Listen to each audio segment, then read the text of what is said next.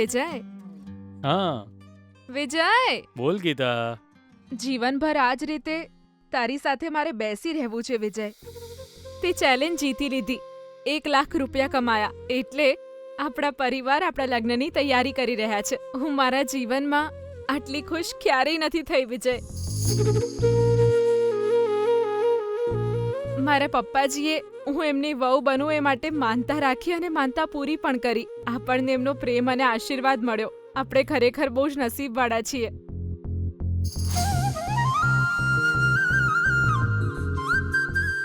પણ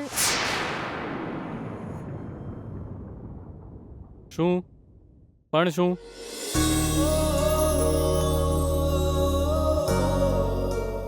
વિજય, આપણા સુખમાં એક અડચણ ઊભી થઈ ગઈ. તારા અને તારા પરિવારના પ્રેમ માટે હું બિલકુલ લાયક નથી. હું એ બાબતે હારી ગઈ વિજય. આ તું શું બોલી રહી છે ગીતા? તારી સાથે લગ્ન કરવા માટે હું લાયક છું કે નહીં એ ચેક કરવા માટે મેં 1 મહિનો મહેનત કરી, રાત દિવસ એક કર્યા, અને તું આવું બોલે છે? તને સાંભળવામાં વિચિત્ર લાગતું હશે, પણ આ જ હકીકત છે વિજય. હું મારા પપ્પાજીએ આપેલી ભેટ સાચવી ના શકી, તો હું એ લાયક કેવી રીતે કહેવાઉં? તું હજુ પણ એ કડા વિશે વિચારી રહી છે ને?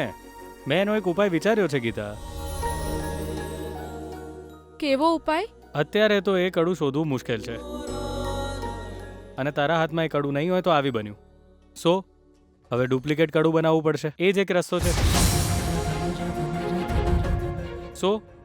હવે આપણે એવું જ કંઈક કરીશું. હા, પણ એની ડિઝાઇન બહુ જ યુનિક હતી વિજય. એની કોપી કેવી રીતે બનાવડાવીશું? પહેલા આપણે બંને બેસીને ડિઝાઇન યાદ કરી લઈએ. ભગવાન કરે કોઈ ચમત્કાર થઈ જાય અને જેને એ કડું મળ્યું હોય એ સામે ચાલીને પાછું આપી જાય. એવું થઈ શકે વિજય? એ બધું પછી વિચાર. અત્યારે એક કામ કરીએ, ચલ ત્યાં બેસીને ડિઝાઇન યાદ કરીએ. હા,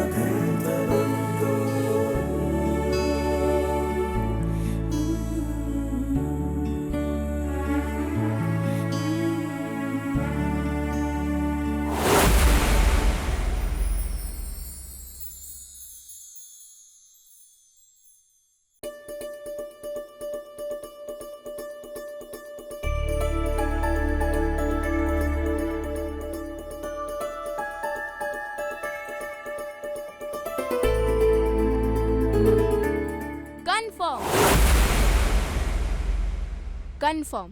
શું? મને એ જ સમયે શંકા થઈ હતી. કાલે જ્યારે દાદાએ તને પૂછ્યું કે કોઈ છોકરો તને પસંદ છે, ત્યારે તો તું એકદમ શરમાઈને ત્યાંથી જતી રહી હતી ને. ત્યારે જ મને શંકા થઈ હતી, પણ હવે 100% કન્ફર્મ થઈ ગયું છે. એ બદમાશ, શું કન્ફર્મ થઈ ગયું? તું છે ને,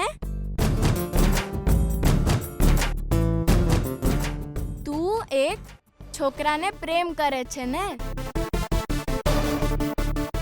મને ખબર પડી ગઈ. તારું માથું. તું મને મારે છે કેમ? હું તને બહુ જ મારીશ. તું હંમેશા જાસૂસની જેમ પાછળ પડી જાય છે ને. જો સમય, તારું આ જાસૂસી દિમાગ તારી પાસે જ રાખ. પ્રેમ કંઈ જ નથી. હું તો ખાલી ફેન જ છું. હા, ફેન છે. રાઈટ, ફેન છે. બટ આ ફેન છે ને, એ કંઈક જુદી જ હવા ફેંકી રહ્યો છે. અત્યારે ફેન કહે છે, પછી ફ્રેન્ડ થઈ જશે, પછી એ લવર થઈ જશે, હે ને? તને તો હું ના, સોરી.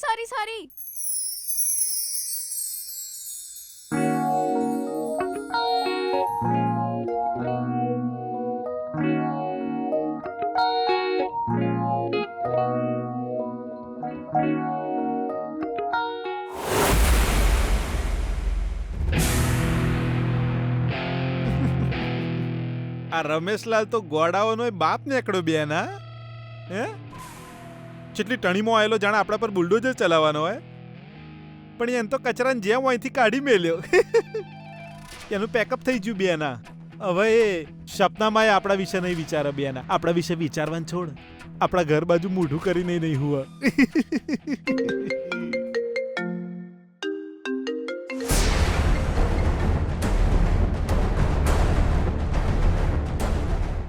આ હું બેના, એ પાછો આપણને ચમ ફોન કરે છે?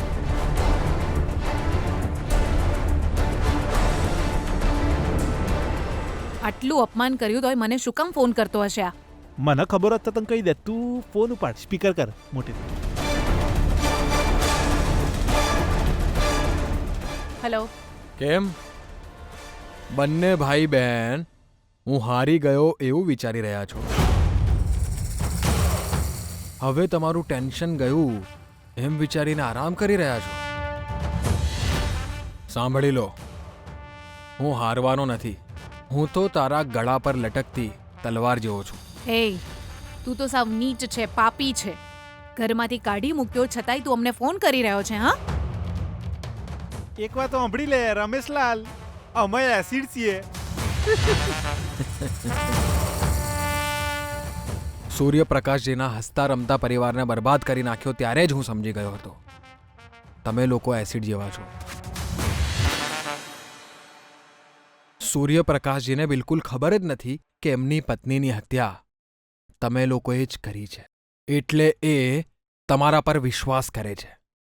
પણ એ વિશ્વાસ તૂટવામાં હવે વધારે સમય નહીં લાગે ભાનુમતી.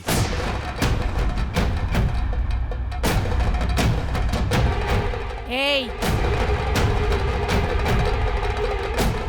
બૂમો કેમ પાડે છે ભાનુ? પહેલા મારી વાત સાંભળી લે. તારા પાપનો ઘડો આજે નહીં તો કાલે ભરાઈ જ જવાનો છે. તારે તારા કર્મોની સજા અહીં જ ભોગવવી પડશે. મારું મોઢું બંધ કરાવવાનો તે પ્રયત્ન કર્યો છે તો તારે એની કિંમત ચૂકવવી પડશે. જો વધારે જીભ ચલાવીશ ને તો તારી જીભ કાપી નાખીશ. તું અમારું શું બગાડી લેવાનો હતો, હા? તું ઘર સુધી આવ્યો છતાંય કંઈ કરી શક્યો નથી. હવે ફોન પર ધમકી આપે છે, હા? હવે તારી લગામ મારા હાથમાં છે ભાનુ.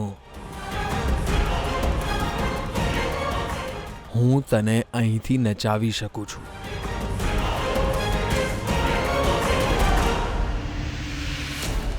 તારી પાસે કોઈ પુરાવો છે? જો તારી પાસે કોઈ પુરાવો હોત તો અત્યાર સુધીમાં તું અમને દેખાડી ચૂક્યો હોત. પણ તારી પાસે કોઈ જ પુરાવો નથી, એટલે બકબક કરીને તું તારું મન શાંત કરી રહ્યો છે.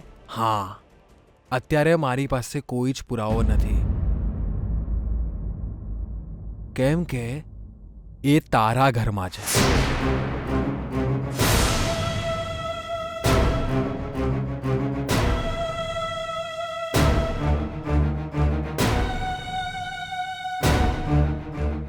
શું? હા, એ પુરાવો હું તારા ઘરે લઈને આવ્યો હતો અને ત્યાં જ મૂકીને ગયો છું.